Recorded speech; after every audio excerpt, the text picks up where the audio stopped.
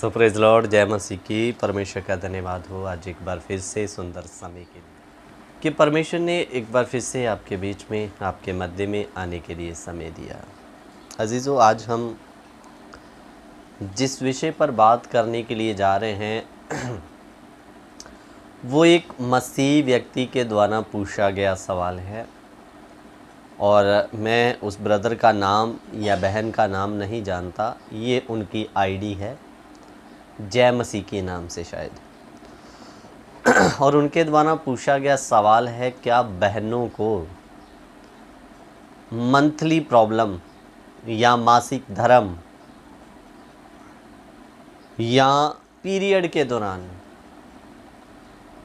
Bible पढ़ना, प्रभु भोज लेना, बपतिस्मा लेना उचित है या नहीं।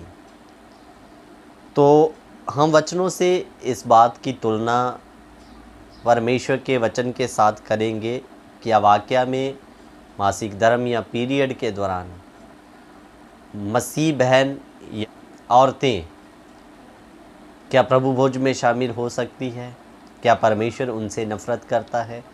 तो इन सारी बातों का जवाब आपको देंगे। बने रहें वचन के साथ। और अगर आपका भी कोई ऐसा सवाल है तो आप कमेंट बॉक्स में अपने सवाल को रखें। मैं सभी सवालों के जवाब तो नहीं, लेकिन जो सवाल लोगों को प्रेरणादायक या कुछ सीखने का मौका मिलता है तो हम उसके ऊपर वीडियो बनाकर आपके तक लाने की कोशिश करेंगे।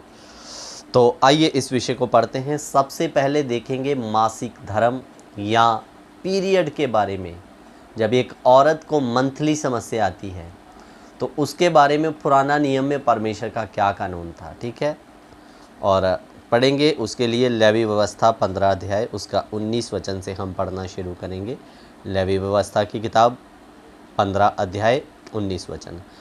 फिर जब कोई स्त्री ऋतुमती रहे तो वह 7 दिन तक अशुद्ध ठहरी रहे, और जो कोई उसको छूए वह सांझ तक अशुद्ध रहे। और जब तक वह अशुद्ध रहे तब तक जिस जिस वस्तु पर वह लेटे और जिस जिस वस्तु पर वह बैठे सब अशुद्ध ठहरे। और जो कोई उसके बिछौने को छुए वह अपने वस्त्र धोकर जल से स्नान करे और सांझ तक अशुद्ध ठहरे।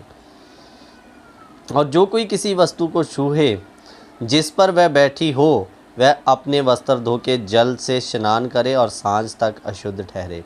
अजीज़ों, ध्यान देकर सुनना। पुराने नियम में परमेश्वर का कड़ा कानून था कि जो स्त्री को मंथली मासिक धर्म या पीरियड्स है तो उसके लिए बहुत बड़ा कानून था। जिस भी औरत को आया वो 7 दिन तक क्या ठहरी रहेगी, अशुद्ध ठहरी रहेगी। और जिस बिस्तर पर लेटेगी बैठेगी वो बिस्तर भी क्या हो जाएगा, अशुद्ध।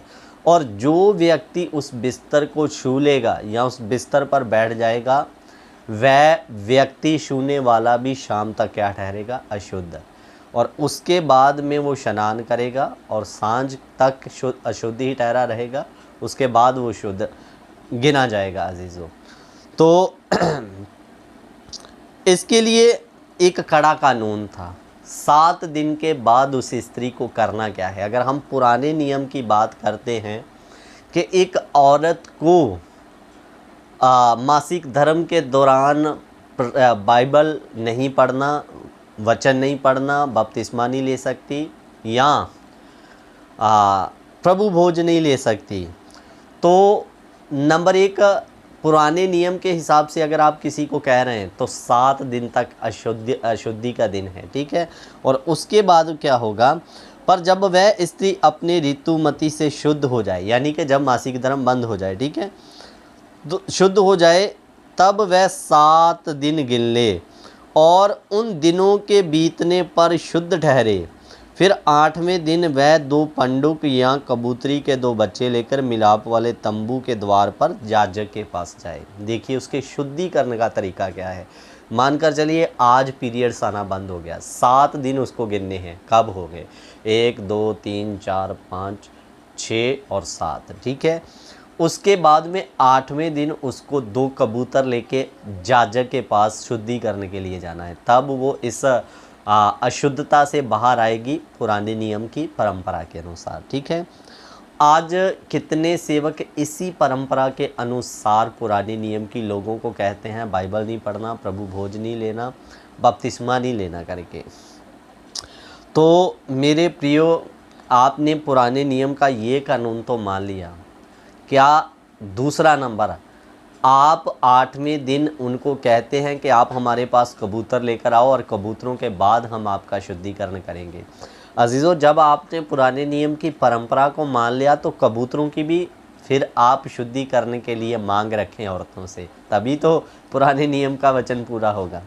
वचन में लिखा, अगर व्यवस्था की बातों के अनुसार तू 99 को मान गया, एक में चूक गया, अगर 99 को आपने मान लिया, मानकर चलो ये 100 है, ठीक है उदाहरण के लिए, और इसमें से एक कम कर दो, आपने 9 यानी 99 को पूरा कर लिया है।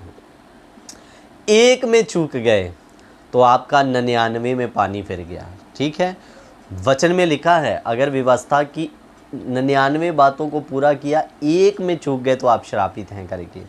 तो अजीज़ों ध्यान देकर सुनिए, अगर आप पुराने नियम के इस वचन को लेकर लोगों को कहते हैं बाइबल नहीं पढ़ना, तुम अशुद्ध हो चुकी हो, प्रभु भोज में शामिल नहीं हो सकती हो, तो फिर 8वें दिन उससे कबूतरों की मांग करना, यही परमेश्वर का कानून है पुराने नियम में।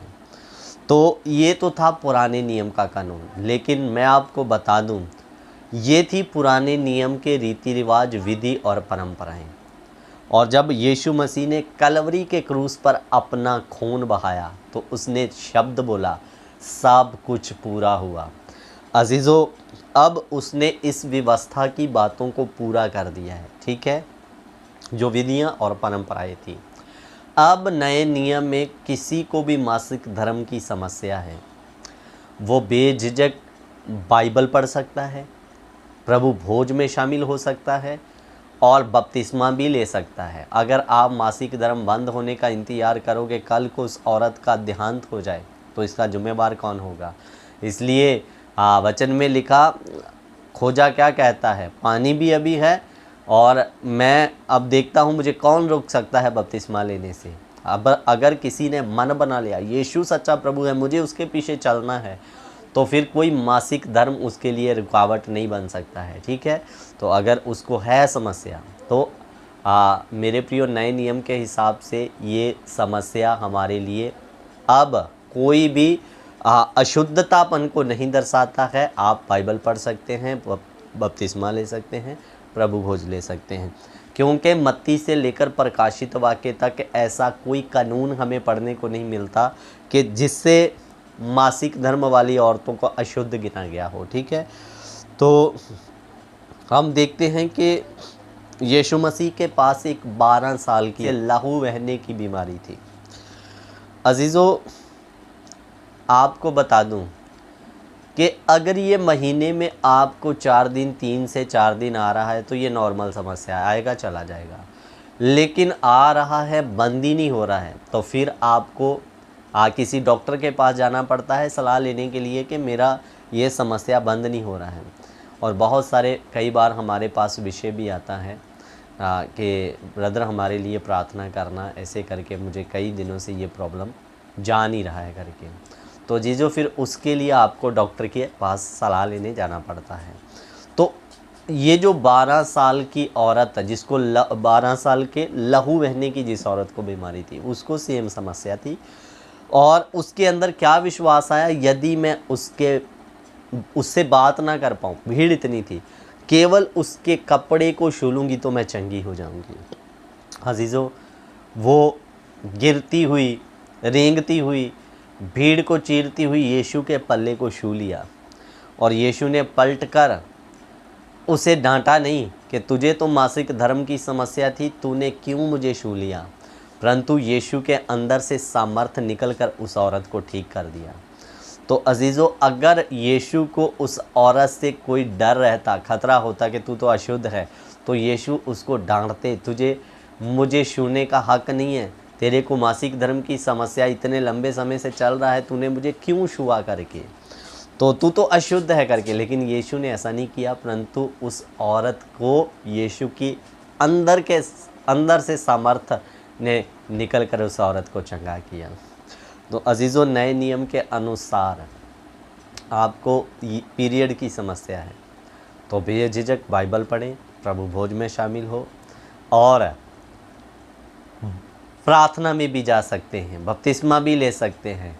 पुराने नियम नए नियम का कोई वचन आपको इसके बारे में रोक टोक नहीं करता। बेझिझक आप बाइबल पढ़ें, प्रभु भोज में शामिल हो, प्रार्थना में जाएं। और अगर पुराने नियम की बात को लेकर चलोगे तो आपको 7 दिन इंतज़ार करना, 8वें दिन फिर मिलाप वाले तंबू, चर्च में 2 कबूतर लेके जाना पड़ेगा मिलाप वाले तंबू के हिसाब से। अब आप कहोगे ये सिस्टम प्रभु ने बंद कर दिया, कबूतर लेने वाला। जब कबूतर लेने वाला बंद कर दिया तो मासिक धर्म की समस्या वाली जो प्रॉब्लम थी, विधि थी, वो ख़त्म है। अभी एक वचन दे दीजिए मेरे को, मत्ती से लेकर प्रकाशित वाक्य तक, अगर कहीं यीशु ने मासिक धर्म या पीरियड्स वाली औरतों को मना किया हो तो सेवकाई करना छोड़ दूंगा और आपका पानी भरना चालू कर दूंगा। सो अजीज़ों, इसलिए बहनों से मेरी विनती है, अगर आपको समस्या है बाइबल पढ़े, प्रभु भोज में शामिल हो, बेझिझक अपनी लाइफ जिए प्रभु के वचन के अनुसार। प्रभु आप सभी को आशीष और बरकत दे। जय मसीह की। God bless you. Prabhu Ashish they.